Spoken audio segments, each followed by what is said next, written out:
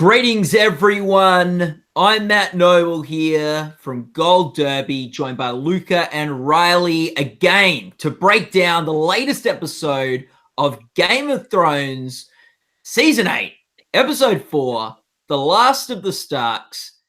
And I've got a lot to say. I know people are talking about Daenerys being the new Mad Queen. I'm pretty mad. I'm pretty upset. Especially at these people in the north. What are they doing? Okay, so Luca, you've got all these people in the north going, Jon Snow, we love him. He should be king. Hail the king. Mm-hmm. He rode a dragon in a battle. This guy, he's amazing. How many battles does a woman need to ride a dragon into? She's been doing it for seasons, Daenerys Targaryen, and they want him to be king. Outraged. I'm outraged, Luca. What's going on there? Yes, I'm also pretty mad because I think for the first 3 seasons, I was Team Daenerys all the way through. I think season 4 as well. And then when she started having Mad Queen tendencies, I don't think I liked her as much as I did in the first 4 seasons or first 3 seasons. And then especially in the last 2 seasons, I think season 6 and 7, she, continued being her Mad Queen self. But Sunday's episode is really where I am back on Team Daenerys. I think she definitely is the hero. She's the war hero. I mean, of course, Jon Snow has won a lot of battles, especially beyond the wall, but she has conquered so many cities. She's freed so many slaves. I mean, she's done so much more than Jon Snow. And I'm actually quite disappointed that this melodrama took up so much of this episode. Yeah, look, I think one person, to be fair, like when Jon was talking about Arya, she's like, I'm the one who killed the Night King. And fair enough. Arya did great last week. She hero of the battle last week. That's fine.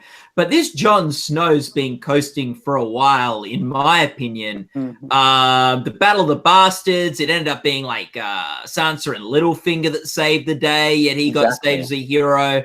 The way these Northerners view women is really bad. Like he does so little compared to the women on this show, yet it seems like he gets all the credit for these battles.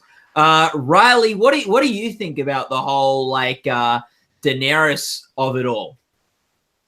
Well, I don't think that she's actually that much of a Mad Queen, but I feel like the show really wants us to think that.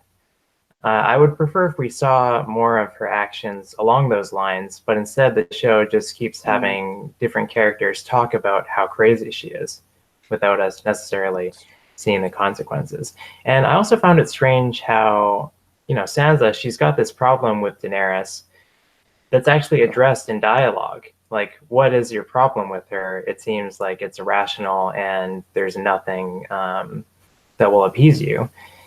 So sometimes shows kind of bring stuff like that into episodes to kind of say, like, we know there's a problem and we're just going to go with it anyway.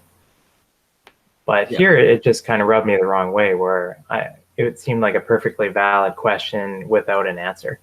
Yeah, the score's not helping her either. Whoever's doing the music on the show seems to be like playing music that makes it seem like she's going nuts when her scenes end. I do think that Tyrion did a bad job of defending her too, I felt. When Sansa's going, what do you see in this guy? And he goes, oh, she's, I believe in her. Like, I don't know. I would have gone off a bit of a resume of things she's done. She's abolished slavery in another continent. Would have been how I would have led. Yeah. I don't know what she sees in Tyrion at this point. That's true. Yeah. Tyrion's been kind of a fool for a long time, especially for at the a very end long time. He walks up to Cersei, or she's 80 feet up or whatever. What was that? And then he's trying to talk some sense into her, even though he just did that last season, and that obviously did not pan out. I also found the directing that scene kind of strange. How Tyrion says, like, Cersei, you love your children, and then that like really affects her, you know? Like it's, I don't know. I feel like just because somebody says a line, you don't have to react so visibly, like in your face. There's subtle acting is sometimes something. Yeah. So from a technical stand. Oh, sorry. Did you want to? I was just gonna say, like, I was very upset with the Northerners, how they're like, oh, Jon Snow, he's a king because he rode a dragon that one time, like right in front of someone who like has bred 3 dragons and grown up. I think also just like a bit douchey at the party, people not like hanging out with Daenerys. Like, it's very cliquey. Like, everyone's off in their clique. She's just sitting over there on her own. Her best friend has just died. Like, I don't know. I feel like I felt there. I could see why she's getting mad, to be honest. Yeah. Like, and I by mad I mean more angry than crazy, like insane. I mean, I'd be pretty fuming if I'd just given up like a lot of troops for someone else's battle. Like, maybe also like, and this point was sort of made. She's sort of going, "I'm sorry that you, you know." Where she was sort of saying, look, I gave my troops this whole idea. She's obsessed with the Iron Throne. Nothing will stop her. All this sort of stuff. I'm also sort of like, wait, she just put that plan on hold to help your battle against the Night King. She gave up a dragon to get like one of those zombie people to like follow Jon Snow's plan to convince Cersei to join the army that never ended up working because Cersei didn't end up sending the troops. And, you know, she just like flooded around in like Marine and stuff for years because she thought like, you know, liberating that country was worth doing before moving over to Westeros. Like she's put other people's interests before her own quite a bit, and other people's ambitions on her own. And now she's like, it's my turn. And she's lost both of her dragons because of other people's. Yeah. And Sansa. Sansa, I thought, has played this quite well, actually. I actually think I can see some of where Sansa's coming from and all those sorts of things. I think when you're in the meeting with Daenerys and Sansa's going, we've got, you know, the troops need more time. I don't think we should attack now. They need time to recover. And Daenerys goes, okay, how much time are you talking? And Sansa said, I'll need to check with the generals. Check with the generals before the meeting. Come with a concrete proposal to that meeting. You know you're going to be at loggerheads to a degree with Daenerys. You know she's antsy to get down to King's Landing. If you're going to stall that, you need to get your ducks in a line. It's not the time to not have an answer to the simplest, most obvious question to that proposal. So anyway, boy, I'm fuming. I'm fuming at how Daenerys is being treated. What about how they portray her romance with Jon? Oh like, my God, is that something that you guys actually buy? Because for me, it's just kind of something that, you know, the show has had lately for some reason. There's this, you know, Jon and Daenerys romance apparently. Mm-hmm. But then in this episode where they're talking about like, oh, I wish we could go back to the way things were when we were, you know, in love and it was so simple. And I was like, did that ever actually happen? I think that's one of my least favorite scenes of the entire episode because for me, Jon and Daenerys, and a lot of people would disagree, but for me, it's pure fan service. I think the writers only had them get together for the most part because of so many fans demanding it. And I found their conversations in this episode to be very, I don't know what the word is, strange. It just felt it didn't fit to me. It's just very strange. I don't even know what to say. Yeah, I don't know what to really think about this. Like, in some sense, they, I think, are two people that are, have for majority of the season, being quite noble character. I can see what they see in each other. I can see that they're both people that are good characters in the show. But yeah, I'm not particularly interested in it, to be honest. No. Like, it's not something that I'm like, okay, yeah, you're not a, you know, sort of like if I've got friends that like, you know, like start going out, and I'm sort of like, oh yeah, this is like, you're sort of both nice people that I like, but maybe don't talk about it the whole time how you're going out now. Yeah, I think there's more interesting stuff happening in the show. And I don't think it's a well-developed couple at all. I think they were rushed into that storyline so quickly. I mean, they met in the 3rd episode of last season, and then things just happened too quickly for me to be, invested in their relationship. I think that's my main problem. Yeah, I think that's fair. What else should we tackle with this episode?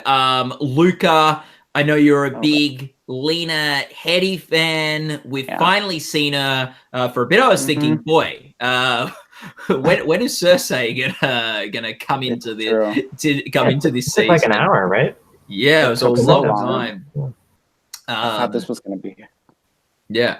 Luca, how do you find her return to the show?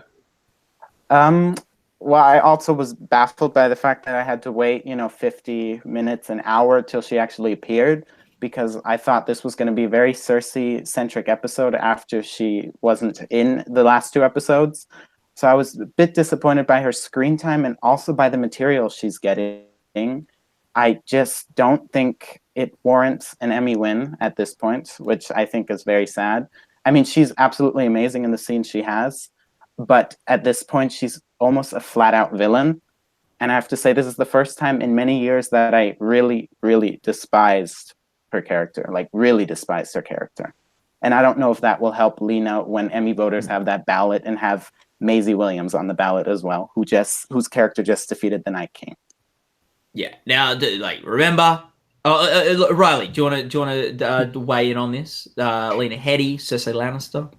Yeah, I think last week we were kind of looking at the rest of the season as, something that was kind of still intangible, something that we didn't really know what it was going to be. Whereas now we've actually seen a good portion of the final arc of the show. We can kind of see where things are heading, and it doesn't seem like the show is going to give Cersei that much material. It seems like she's just going to be, smirking a lot and looking down, but the more interesting stuff is going to be happening on the other side, and Cersei is just going to be a villain. So yeah, I'm not anticipating that she's going to get a big Emmy tape now, and it'll be harder to win the Emmy. Not that I thought she was going to win it anyway, even if she got the material.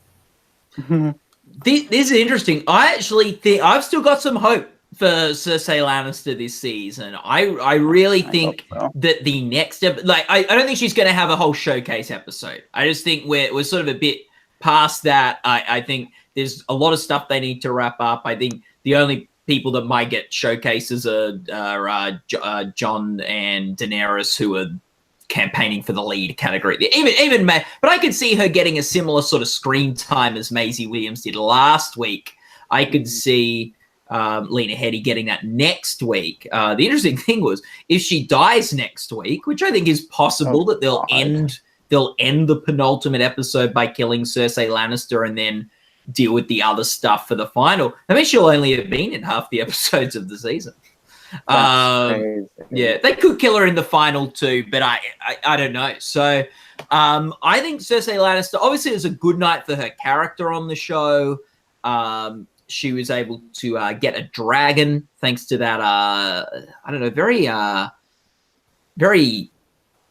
Guy Smiley-esque villain, Euron Greyjoy, who I think he's very two-dimensional in the show. Yeah. But anyway, I think Cersei Lannister, I think good strategy for that. I really think, as much as I have been defensive of Daenerys, if Daenerys torches and burns King's Landing to the ground, that will be a mistake. I think as upset as you are, I think it's off-brand from the person who wants to end tyranny to be a tyrant.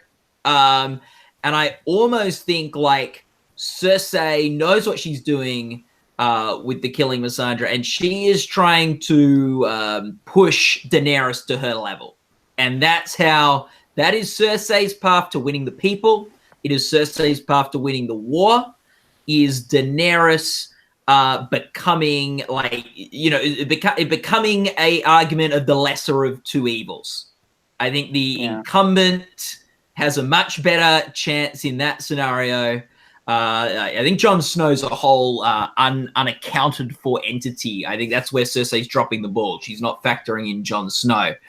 But aside from that, I think Daenerys, and we've heard this a lot in politics the past couple of years.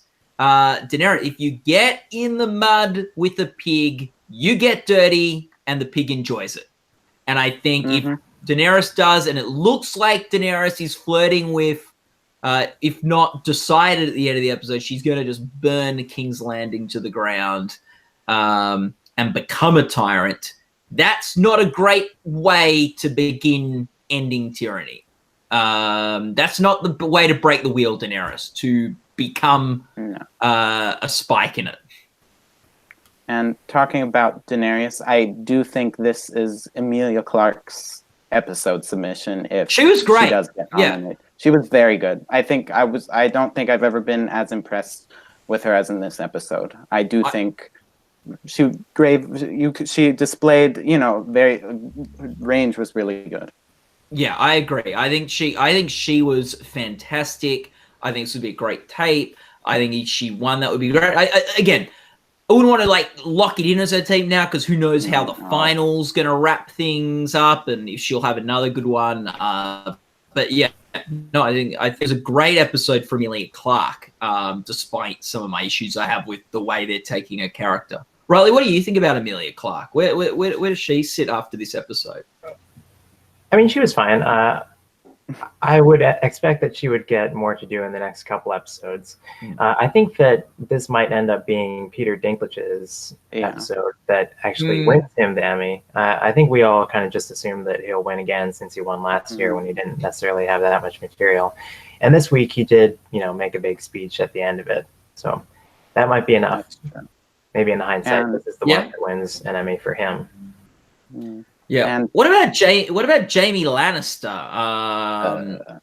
Getting together with Brienne and then deciding, you know what, I'm gonna head back and be with Cersei again. I thought it was very, It's kind of strange that he made that whole journey up north and then now he's just going back down south again. The teleportation device. He'll be there at the beginning of the next episode. And it's not like he did much in the battle.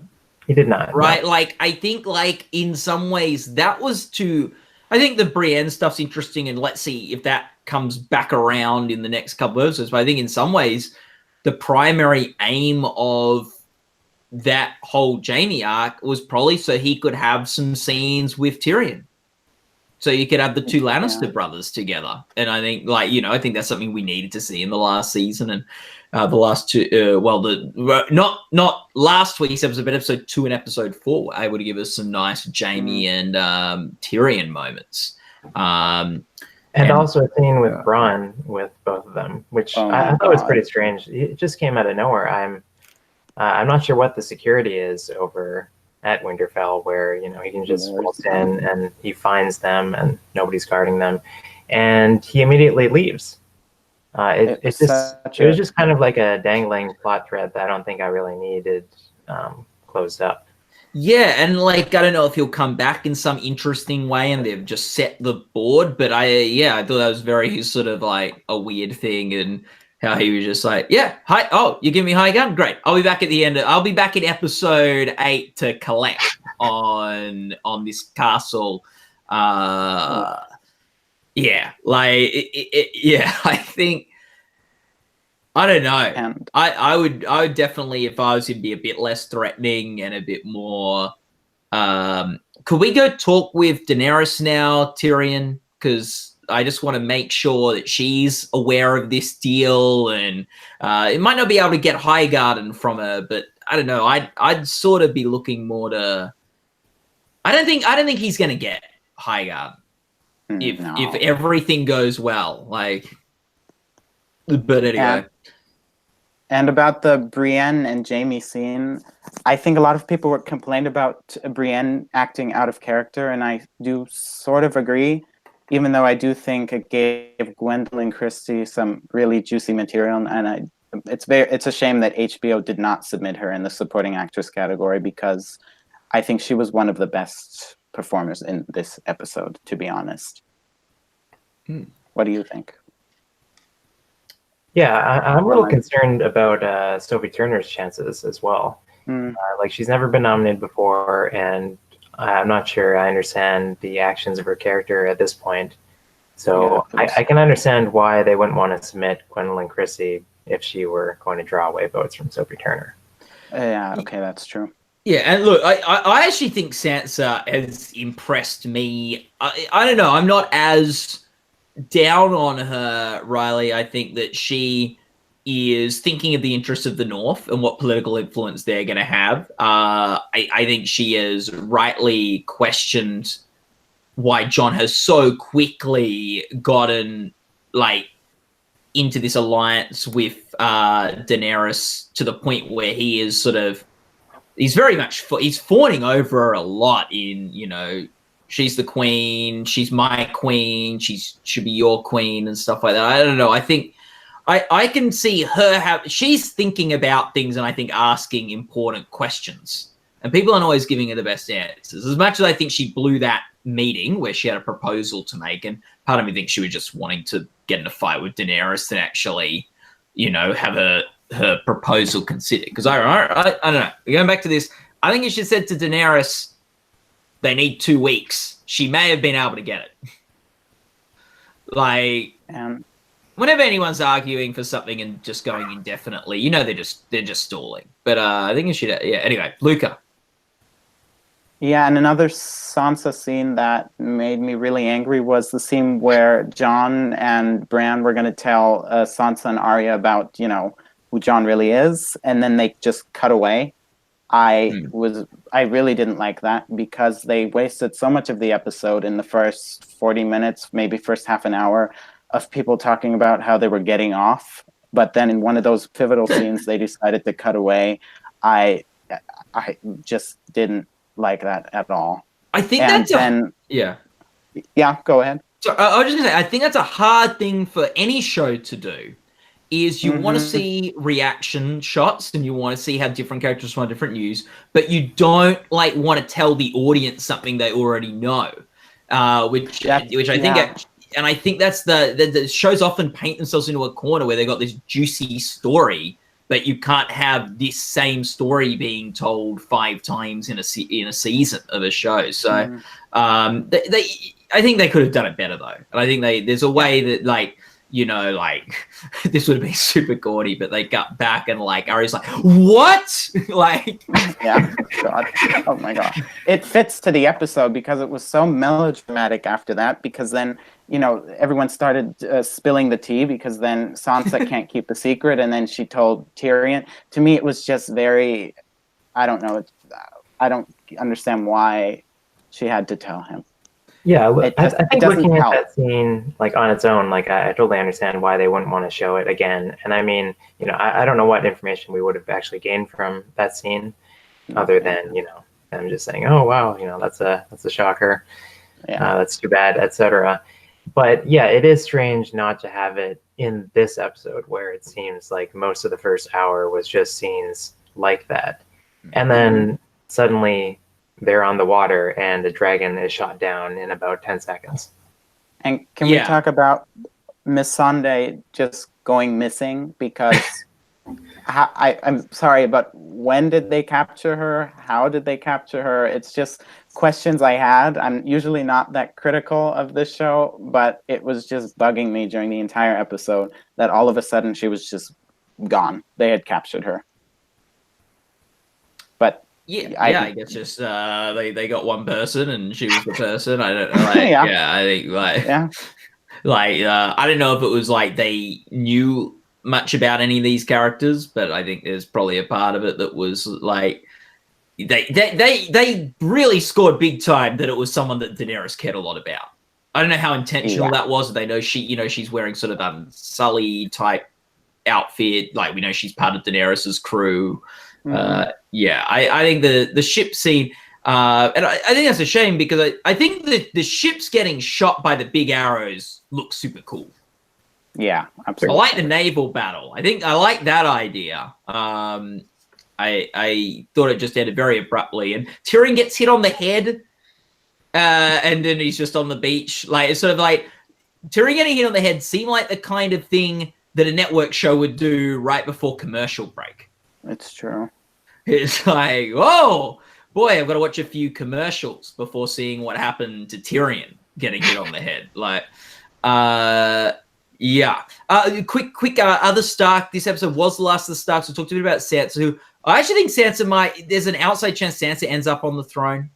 I think all this talk about Jon and Dany, I could see if they're going to go with someone else, who do they go with? And Sansa's at least displaying some smarts and some ambition and things like that. And I think all this also, as much as I think they're setting up Daenerys for a big fall now, I sort of feel like it's too obvious for Jon just to end up on the throne. And even some of these comments about like how a man, like they're like, oh yeah, and he's a man, that helps. Like a cock helps in Westeros. Like, I sort of feel like now if they do end with a man, they've sort of on the throne, they've sort of like telegraphed it like, oh yeah, sexist culture, we're going to end with a man on the throne. Like, so, and they've had an evil queen in Cersei. I wonder if they want to show like a good female queen. And if Daenerys isn't that, I could see Sansa being there. But what about the other last Stark, Arya? She got a proposal. She got how did you find that, Riley? Yeah, that's another one where I'm not sure that one's really been building or if it suddenly just appeared. Kind of like Euron and his ships. Yes, out of nowhere. Yeah. But what you're saying about Sansa, I think that makes a lot of sense. I mean, just watching like these inside the episode featurettes that HBO keeps putting out, and then the showrunners, they keep talking about how like, oh, the audience thinks that this is going to happen, so we try to subvert it a little. That sounds like a classic example.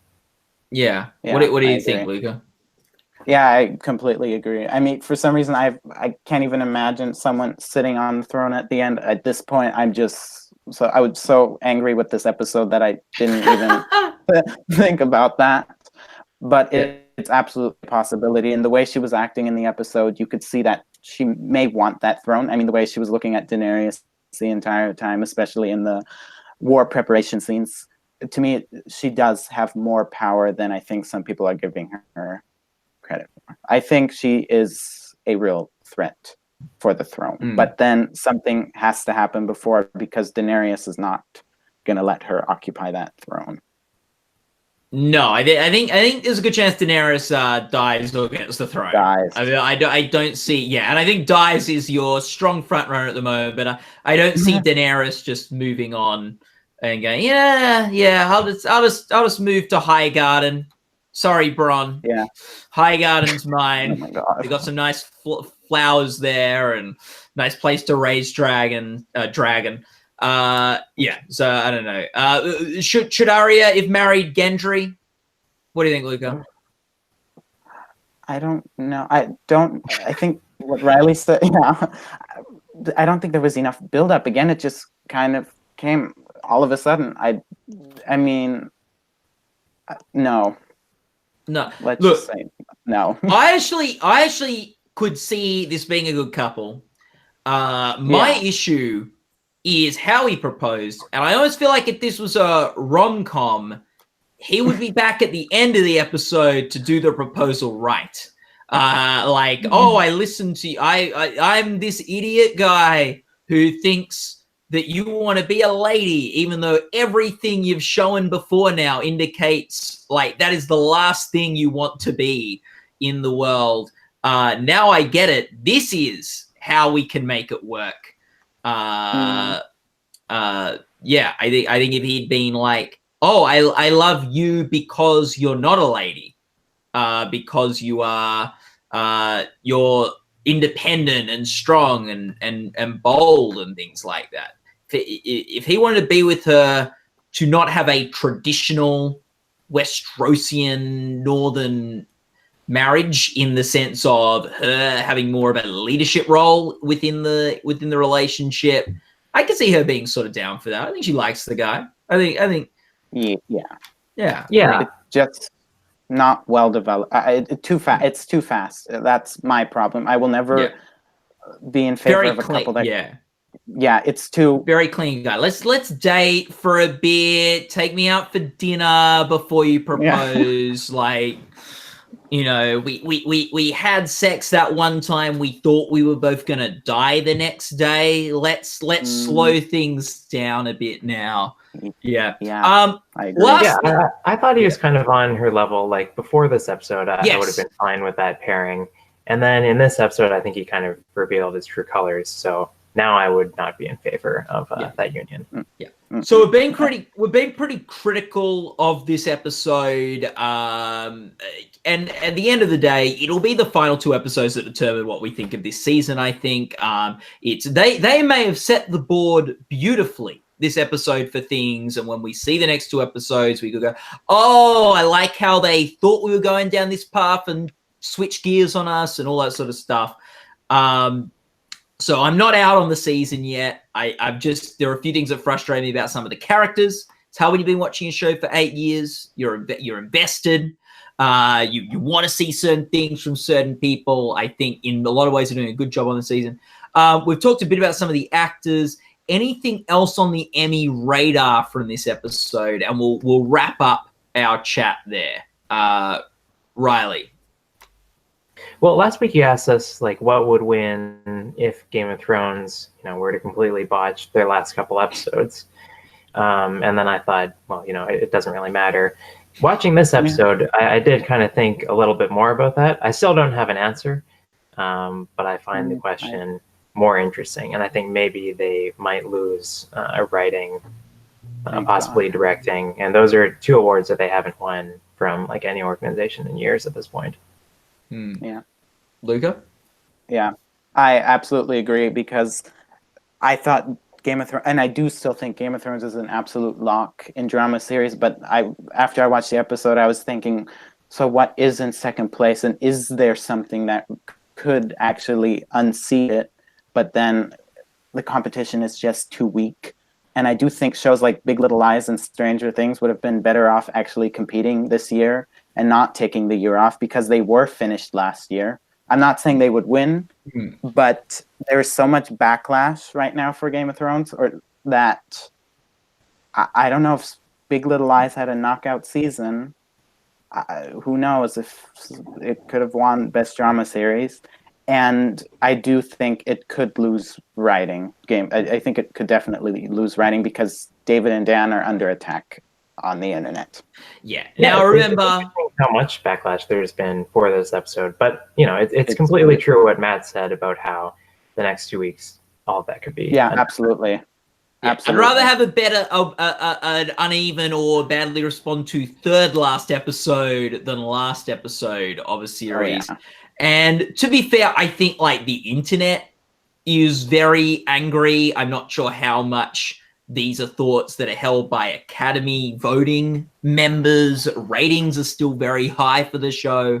It's still quite a big accomplishment in television and all these sorts of things. Like I can see Academy voters still watching these 3 episodes and being quite a bit wowed by what they're doing and stuff. Like I'm not, but if it gets worse, I think they could be in trouble. I think I'm not sure about Stranger Things, but I think if Big Little Lies is amazing, that could have beaten even a strong season of Game of Thrones, just with the talent attached to that, and that it might be, now that we've seen all 3 David Nutter episodes, which one do you think he submitted? Well, I hope he did the premiere, the second episode, and this most recent one. I'm guessing they usually submit the flashiest episode, and I'm guessing this episode is the flashiest because it does have some action. I'd prefer if he submitted the second episode, because I think the script actually enhances his direction in the second episode. And I do think they're actually intertwined. I think the one doesn't work. Sometimes the one doesn't work without the other. But I'm guessing because this has, a dragon being killed and an execution at the end, he'll probably submit this. And it's also longer. Yeah, probably. I think probably this one. I think the second one's the best episode of the three. Yes. Actually, I I think there's some absolutely really agree. nice character moments, and I think it's paced the best of the three. And there are some directorial achievements in this one on a technical level that probably weren't there in the second one. Exactly. He could go with the first just because maybe it's a bit more. It's an entry point to the season. Feels like John rides a dragon in it. But yeah, I'd go with this one too. Riley, do you have a prediction? No, I think those are pretty fair. But the submissions would have been made before this episode aired. So, if we like the second episode and the internet doesn't really like this episode, that might not actually factor into what he submitted. Definitely. Yeah, that's fair. Yeah. Well, guys, there we go. Game of Thrones, Season 8, Episode 4, The Last of the Starks. Not our favorite episode of the show. Clearly some negative reactions, and sometimes it's easier to focus on the things that didn't work than the things that did. Game of Thrones, still one of my favorite shows. Season 8, Episode 4. Go to goldderby.com. Join the forums. You may have loved The Last of the Starks, and you want to throw those thoughts in there. Get in amongst the discussion and make your predictions for the Emmy Awards too at goldderby.com, and subscribe to this video for updates when we have interviews with Emmy contenders and more discussions like this. Thanks.